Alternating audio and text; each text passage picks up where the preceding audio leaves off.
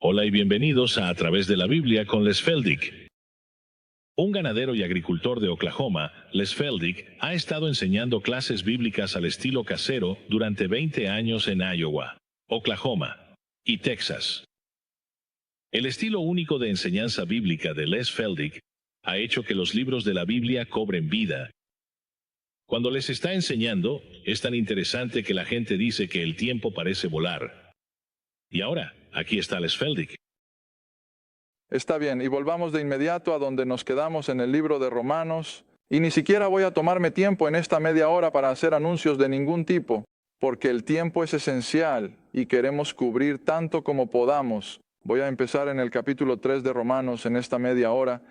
Romanos capítulo 3, y todavía estamos tratando con la palabra salvación que viene de Romanos 1:16. Entonces, cuando terminemos con la palabra salvación, vamos a volver y retomar en Romanos 1:18. No sé cuándo será eso, pero puesto algunos de los significados de la salvación en la pizarra, he puesto 4. Creo que probablemente tengo 11, 12 o 13 en mente que quiero mencionar, si no en este programa, en los siguientes.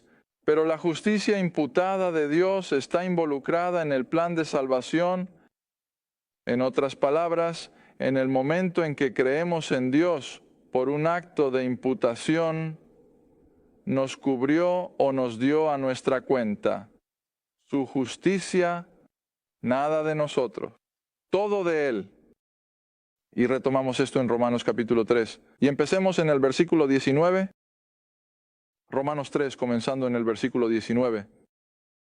Y Él dice, ahora sabemos que lo que dice la ley, lo dice a los que están bajo la ley. Ahora, ¿quién estaba bajo la ley? Al judío, a Israel, al judaísmo, al culto en el templo, a los que están bajo la ley, para que toda boca sea cerrada y todo el mundo se vuelva culpable. Ahora, ¿hasta dónde llega la ley? Todos. Se le dio al judío bajo ella, él practicaba, era su religión, era su forma de acercarse a Dios. Pero la ley, tal como la entendemos, principalmente la ley moral, los 10 mandamientos, no se detuvo con el judío, alcanzó a cada último ser humano, no para salvar, porque tampoco podía salvar a un judío, sino para condenar. Mira, y aquí es donde la gente ha malinterpretado por completo. El papel de la ley, nunca se pretendió salvar a un judío. Todo lo que se pretendía era mostrarle su culpa. Mira, eso, todo lo que la ley podía hacer. Casi he gritado a la gente de mi clase. La ley estaba en frías, tablas de piedra. No era nada que quisieras abrazar y mantener cerca de tu pecho. Y simplemente se quedó ahí en frías tablas de piedra. No podía hacer nada para ayudar a esa persona a cumplirla. No podía hacer nada para evitar que alguien robara o cometiera adulterio o cualquier otra cosa que menciona. Todo lo que puede hacer es condenar. Culpable, culpable, culpable, ¿ves? Pero no se detuvo solo con el judío. Condena al gentil tan completamente como lo hace con el judío. ¿Está bien? ¿Sigue leyendo? Por lo tanto, el versículo 20, por las obras de la ley, en otras palabras, al hacer lo que la ley mandaba, al hacer el bien, al abstenerse de romper la ley, al hacer lo que la ley mandaba, esas son las obras de la ley. Y no se justificará carne alguna ante su vista. Eso es legalismo, ¿ves? La ley no puede hacer nada para justificar a una persona, porque por la ley se obtiene el conocimiento, no de la salvación ni de un camino al cielo. ¿Qué es el conocimiento del pecado? Todo lo que puede hacer es condenar. Eres culpable.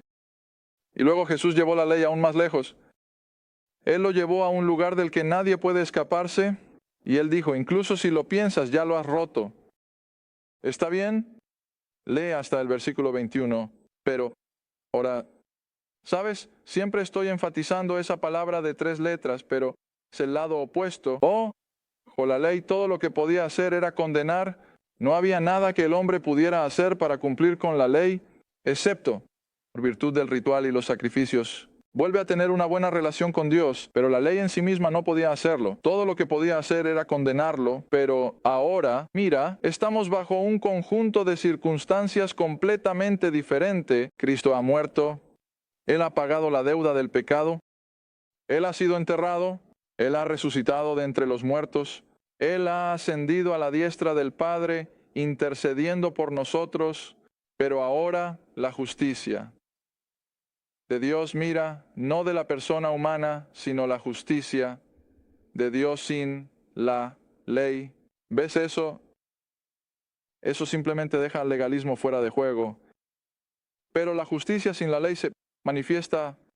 ¿Sabes? Siempre estoy definiendo esa palabra. Eso está en el centro de atención, siendo testificado por la ley y los profetas. ¿Eso qué es? El Antiguo Testamento. Recuerdo que hace años un grupo de hombres se acercó a mí y querían que los ayudara a iniciar un trabajo aquí en el noreste de Oklahoma, y lo primero que me dijeron cuando comenzamos a hablar sobre algunas cosas fue que no querían que se enseñara nada del Antiguo Testamento. Simplemente cerré todo lo que tenía y dije, entonces me voy a casa, porque no tengo nada que enseñar si no puedo usar el Antiguo Testamento. Tienes que usar el todo. Usas todas las escrituras, el Antiguo Testamento y el Nuevo, porque todas se entrelazan, pero lo dice tan claramente aquí que aunque la ley no tiene nada que ver ahora con nuestra salvación, con la imputación de la justicia de Dios hacia nosotros, sin embargo, todo lo que tú y yo disfrutamos en esta era de gracia se basa en lo que ocurrió allá en el Antiguo Testamento. Justo como dije en el último programa, no puedes entrar en matemáticas avanzadas hasta que hayas aprendido la parte simple. Está bien. Entonces, el versículo 22, incluso la justicia de Dios, que es, o a través de la fe en Jesucristo, para todos y sobre todos, que, otra vez, ¿ves eso? Oh, a la gente no le gusta eso. ¿Quieren añadir algo ahí? Quieren decir, pero tenemos que hacer esto, tenemos que hacer eso, tenemos que hacer algo. No, no lo tienes. ¿Crees? Ahora, cuando hablo de creer, estoy hablando de realmente creer. No estoy hablando de un conocimiento intelectual, no estoy hablando de, bueno, sí, supongo que todo sucedió. No, estoy hablando de cuando llegas al punto en que puedes descansar en estas cosas y puedes decir, creo en ello con todo mi corazón, no tengo ninguna duda. Puede que no lo entienda, pero lo creo. Y esa es la única forma en que Dios puede verlo. Está bien, volvamos al texto. Esta justicia, entonces, que viene por la fe, a través de la fe en Jesucristo, para todos. No vamos a segmentar a estas personas y poner a algunos en una categoría más alta que a otros. Para todos y sobre todos los que creen, porque hay sin diferencia. Y de nuevo, cuando Pablo dice sin diferencia, ¿a qué se refiere? Judío y gentil. El judío, con todo su legalismo, con todo su trasfondo, está en las mismas circunstancias que nosotros, los gentiles. Está bien. ¿Qué significa tener justicia imputada? Volvamos hasta el primer hombre que lo experimentó. Génesis, capítulo 3. El hombre que sumergió a toda la raza humana bajo la maldición hizo que cada uno de nosotros fuera un pecador por nacimiento. También fue el primero en experimentar la justicia imputada que solo Dios podía imputar. Ahora recuerda que la palabra imputada era un término contable en la época de Pablo, y era como ponerlo en la cuenta. Eso es lo que significa la palabra. Cuando algo es imputado, se pone en la cuenta. Génesis capítulo 3, versículo 21. Génesis capítulo 3, versículo 21.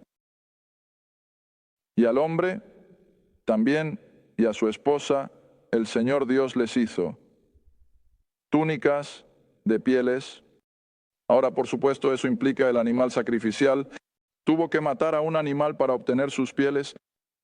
Y eso, por supuesto, satisfizo el requisito de un sacrificio de sangre que sabemos que él exigía, como veremos más adelante en el capítulo 4 con Abel. Está bien. Así que él mata a los animales sacrificiales, usa sus pieles para proporcionarles ropa. de esas hojas de higuera que no eran nada. Esa no era la idea de Dios en absoluto. Eso fue un esfuerzo humano. Pero Él mata a los animales, les quita la piel, evidentemente, y les pone la ropa a Adán y Eva, y luego los vistió. Ahora demasiadas personas solo leen eso y piensan que se refiere a la ropa física de esas pieles que se implica. No, no lo es. Estamos tratando con un fenómeno espiritual aquí, y ahora se trata de una restauración de Adán y Eva de vuelta a una relación con su Creador, y tenía que ser de la manera comprada con sangre, y por eso tuvo que matar a los animales. Esa es la única manera en que Dios puede recibir a una persona perdida, es por el derramamiento de sangre. Esa es otra de las verdades absolutas. ¿Qué capítulo de Hebreos 8? Sin el derramamiento de sangre, no remisión, nunca ha sido y nunca será. Ya no se escucha mucho, pero eso no lo quita. Así que aquí, Adán y Eva ahora tienen una justicia imputada que los viste. Ahora dices, ¿cómo llegas a eso?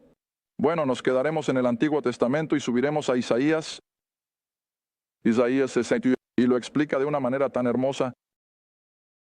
Ahora, esto es exactamente lo que Adán y Eva experimentaron, así como lo hizo Isaías. Y la justicia de Dios se imputa, cubriendo, como una vestidura. Isaías 61. Baja al versículo 10. Isaías 61, versículo 10. Oh, esto es hermoso. Me alegraré mucho en el Señor. Mi alma se alegrará en mi Dios, porque Él, Dios, me ha vestido con las vestiduras de ¿qué? Salvación. Esta misma palabra, la salvación siempre ha significado lo mismo. Incluso en nuestro mundo secular, todavía usaremos la palabra salvación, porque alguien, como he usado la ilustración una y otra vez, alguien está a punto de irse a la quiebra. Vaya, simplemente no pueden salir del hoyo. De ninguna manera. Pero un tío rico muere y le deja un montón de dinero. ¿Cuál es la muerte de ese tío? Oye, es la salvación de este viejo que está a punto de quebrar. De repente él se siente bien. Eso es lo que siempre ha significado la salvación. Sacar a alguien de un lugar de desamparo. Está bien, Isaías usa la misma palabra, las vestiduras, de salvación. ¿Cuál es la siguiente palabra? Me ha cubierto. ¿Ves? ¿Qué dijeron los romanos? Él tiene que volver y mirarlo. Él ha puesto la justicia de Cristo sobre todos y en todos. Mira, nos cubre. Está bien, volvamos a Isaías. Porque me ha cubierto con la túnica. ¿De qué justicia? Su justicia, no la nuestra. Tú y no podemos mirarnos y ver nuestra propia justicia. Es imposible. Pero cuando Dios nos mira, no ve mi justicia. Él no ve la tuya. ¿De quién es la justicia que ve? La suya, la justicia imputada que Él ha provisto. ¿Ves cómo eso simplemente nos deja fuera de la imagen por completo? Quiero decir, no hay nada que podamos hacer por nuestra salvación, solo creerlo. Solo tenemos que mantener nuestras manos alejadas. ¿Está bien? Así que me ha cubierto con la túnica de justicia, como el novio se adorna con joyas y como la novia se engalana con sus joyas. Sabes, incluso las chicas más sencillas siempre son hermosas cuando en su boda, hemos ido a muchas bodas, nunca he visto a una novia no fuera hermosa. Y creo que por eso las Escrituras usan esa analogía. Cuando Dios nos mira, ve algo hermoso, y en nosotros mismos somos todo lo contrario. Pero Él no nos ve. Él se ve a sí mismo. Está bien, entonces volvamos a Romanos capítulo 3. Míralo de nuevo. Lo mismo le pasó a Adán que le pasó a Isaías. Nos ha pasado a nosotros, si creemos. Y eso es que nos ha cubierto con una justicia imputada, su justicia, y ninguna de la nuestra. La Escritura dice, nuestra justicia es que trapos sucios. Y tú y yo ni siquiera queremos pensar qué trapo inmundo era en el relato bíblico, pero no importa. Eso no es lo que ve Dios. Él ve su propia justicia y la de todos ellos y Nuevamente, entramos en eso por fe, al creer. Ahora, llegaremos al segundo que tengo aquí. ¿Qué somos tras recibir la justicia imputada? Justificados gratuitamente. Justificados. Justificados, y eso está en el versículo 24, siendo justificados gratuitamente, sin causa, sin costo, sin un centavo involucrado, justificados gratuitamente por su ¡qué gracia! Ahora, la mayoría de ustedes ya tienen mi definición de justificación en la hoja en blanco de su Biblia o en algún lugar. Pero ves, la justificación fue un acto judicial, acto de Dios, como el juez sentado en el estrado, y ese acto judicial de Dios nos miró a ti y a mí, al pecador creyente, que ahora entra en este gran plan de salvación. Él nos miró desde su posición en el estrado, y después de todo eso es lo que realmente es Romanos. Es una escena de tribunal, es Dios construyendo su caso contra la humanidad. Eso lo veremos más tarde. Pero desde esa posición en el estrado, Él nos mira a mí, que soy impotente, y a ti, que eres impotente. Y Él dice, porque has creído en el Evangelio, ahora te declaro justo como si nunca hubieras pecado. Esa es la justificación.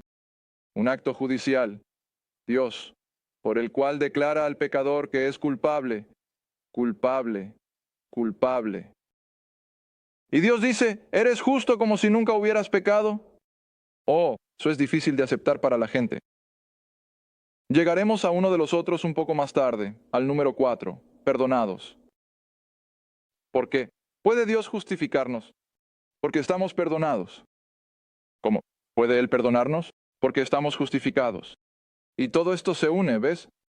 Y todo está involucrado en esa sola palabra, salvación, que es impulsada por el poder, Dios. Nada de lo que el hombre pueda hacer. Está bien, sigamos leyendo.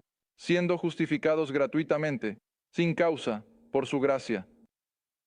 Oh, pero aquí viene lo siguiente grandioso. Terminología de la palabra salvación. ¿Qué redención? Hemos sido redimidos. ¿Y qué significa ser redimido? Hemos sido comprados. Hemos sido comprados a un precio que ha sido pagado por alguien. La redención todavía tiene la misma definición incluso hoy.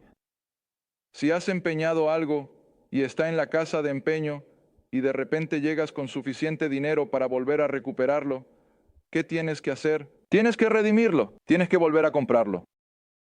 Y esa es la imagen de la raza humana a lo largo de las Escrituras. Adán cayó, Dios perdió a la raza humana. Entonces, ¿qué tienes que hacer? Él tiene que redimirlo. Y la única manera en que podía redimirlo era pagando el precio. Y Pedro, no vamos a tomar tiempo para verlo, pero Pedro, en su pequeña epístola, dice, no ha sido redimido con plata y oro, sino con ¿qué? La preciosa sangre de Cristo. Ese es el precio de la redención. No puedes pasar sin ello. Si no te gusta la sangre, bueno, entonces no esperes ser redimido, porque así es como Dios lo ha establecido. Sin el derramamiento de sangre no hay misión. Sin conocer la sangre derramada de Cristo no hay redención. Y tenemos que creerlo. Y escucha, Dios no es un Santa Claus allá arriba que podamos manipular. Mucha gente piensa que lo es. Pero no, no lo es. Él es absoluto. Él es soberano. Él es santo. Él es justo y se va a hacer a su manera o de ninguna manera. Y no podemos manipularlo. Y así ha establecido algunas de estas verdades básicas. Y no me importa si los liberales lo desechan, que lo hagan. Ellos son los que van a sufrir la pérdida, pero mejor aferrémonos a los fundamentos. Tengo que recordar que un caballero iba a usar nuestras cintas en su iglesia local en otra parte del país. Así que se lo mostró a su pastor y todos los pastores dijeron, bueno, él es un poco fundamentalista, pero él dijo, supongo que está bien y adelante, úsalas. Bueno, claro que sí, mejor que seas fundamental, porque hay algunas cosas que tienen que ser fundamentales.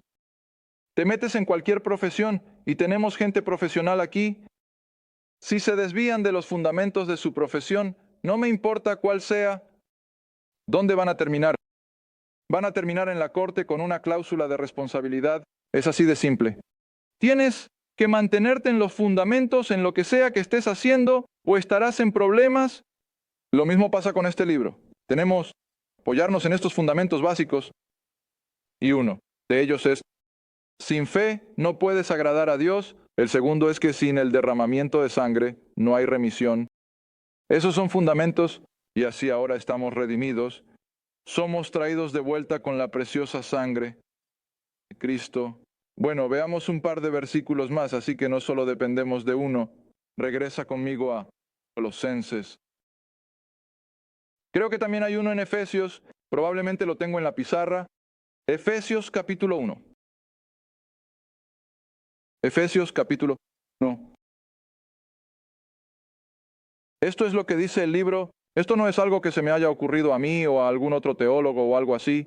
El libro lo dice. Efesios capítulo 1.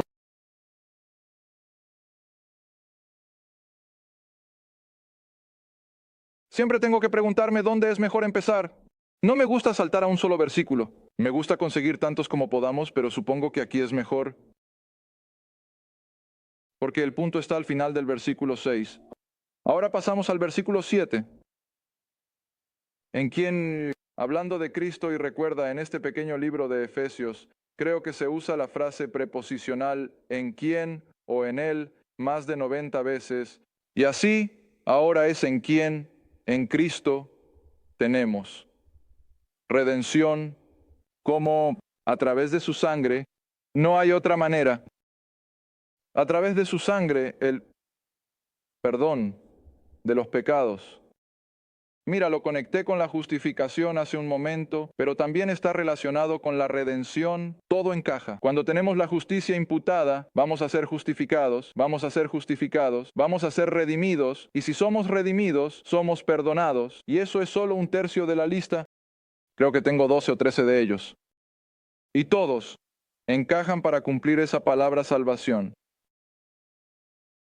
Ahora, lo voy a enfatizar de nuevo cuando lleguemos al final, pero ya que estamos, mejor lo pongo aquí. Incluso de estas 4 cosas que tengo en la pizarra, puedes tomarlas y manejarlas.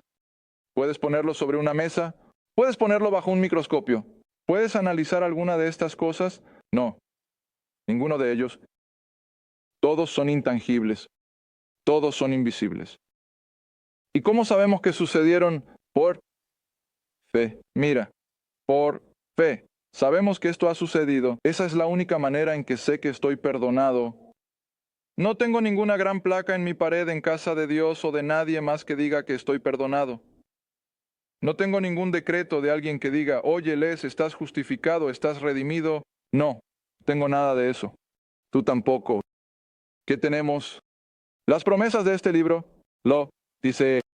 Y porque el libro lo dice, sé que ha sucedido. Nunca olvidaré hace años, una señora se acercó al Señor y estaba tan fuera de sí. Ella dijo: nunca he visto estas cosas antes. Pero de todos modos, mientras nos despedíamos de ella y su hija, le dije: ahora, mañana, probablemente tendrás dudas. Probablemente pensarás que todo esto fue solo una cosa emocional y después de todo, no significa nada. No, es lo que tienes que hacer. Regresas y miras algunos de estos versículos que te he mostrado esta noche y simplemente los reclamas. Simplemente dices en voz alta: ahora, Dios, esto es lo que dijiste, esto es lo que me has dicho, esto es lo que has prometido, y yo lo creo.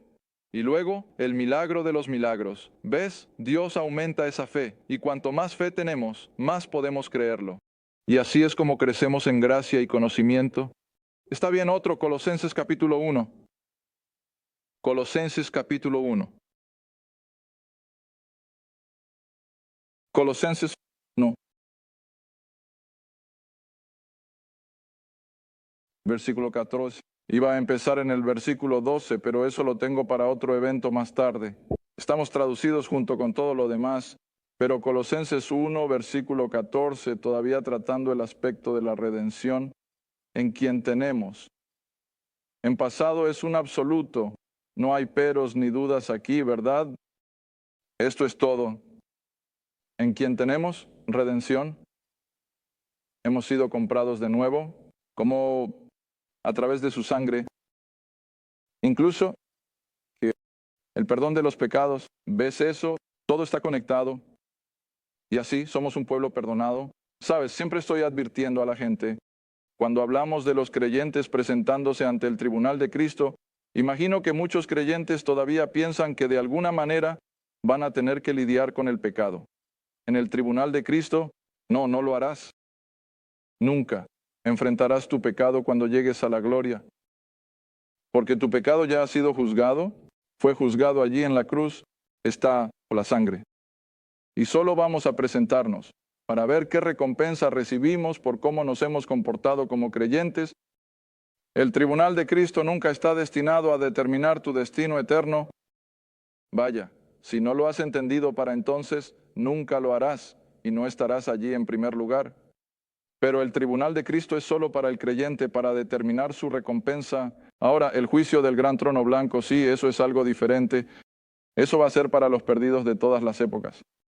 Caín y todos los demás que han sido rebeldes y sin fe, sí, ellos estarán en el juicio del gran trono blanco, pero ningún creyente estará allí y ninguna persona perdida estará en el bobo tribunal de Cristo. Eso va a ser para los creyentes. Y estaremos allí porque hemos sido redimidos y hemos sido comprados a un precio. Bueno, veamos, el siguiente ya hemos tocado un poco el tema. Quizás eso sea suficiente. Podemos cubrir el cuarto aquí mismo. Perdonado. ¿Qué significa ser perdonado? Bueno, significa que Dios ha borrado la pizarra. Él ya no tiene una controversia contigo y conmigo como un problema de pecado entre nosotros y Él. Está hecho. Ahora, es cierto que en nuestra caminata cristiana vamos a fallar, vamos a pecar, vamos a caer, pero eso no es de lo que Dios está tratando en la salvación, eso es algo diferente. Después de que somos hijos de Dios, Él va a tratar con nuestros pecados diarios y nuestras fallas a través de confesión. Y Él va a reconocer, sí, estás perdonado, todo, pecado. Y mucha gente no puede aceptar eso. ¿Quieres decir que lo que cometa mañana ya está perdonado? Eso es lo que dice la Escritura. ¿Eso me da licencia? Absolutamente no. Tú lo sabes. Nunca lo he hecho. Abogado, ¿recuerdas? Creo que mencioné hace un par de semanas en uno de los programas que acabo de leer un libro de un gran teólogo de Londres, y él dijo, si realmente enseñas y predicas el Evangelio de la gracia, como lo hizo Pablo, si realmente lo enseñas de la manera en que la Escritura lo presenta, entonces de vez en cuando te van a acusar de enseñar que las personas que están salvadas tienen licencia para pecar. Quiero decir, eso es parte del paquete. Pablo dijo lo mismo. He sido reportado de manera difamatoria, pero mira, eso no es lo que tenemos que entender. Tenemos que entender que la gracia de Dios fue tan grande que perdonó el pasado, el presente y el futuro basado en su gracia, pero eso no es una licencia. Todavía tenemos que caminar, trabajar y vivir, agradarle. Él. Y no me digas que puedes salir y cometer pecados graves y aún así ser agradable a su vista. Eso no es escritural. Y por eso siempre estoy calificando, sí, todas estas cosas han sucedido, Dios ha hecho todo esto en mi nombre, pero eso no es una licencia. Gracias por ver A Través de la Biblia con Les Feldick, un estudio bíblico semanal. Si deseas más información sobre los ministerios de Les Feldick, un estudio bíblico en tu área, o sobre este programa, escriba a Les Feldick Ministries, Route 1, Box 760, Quinta, Oklahoma, 74552. Esa es la Ruta 1. Caja 760, Quinta, Oklahoma, 74552. A Través de la Biblia con Les Feldick es apoyado por los espectadores, y tu donación es apreciada. Gracias. Y asegúrate de sintonizar la próxima vez para A Través de la Biblia con Les Feldick.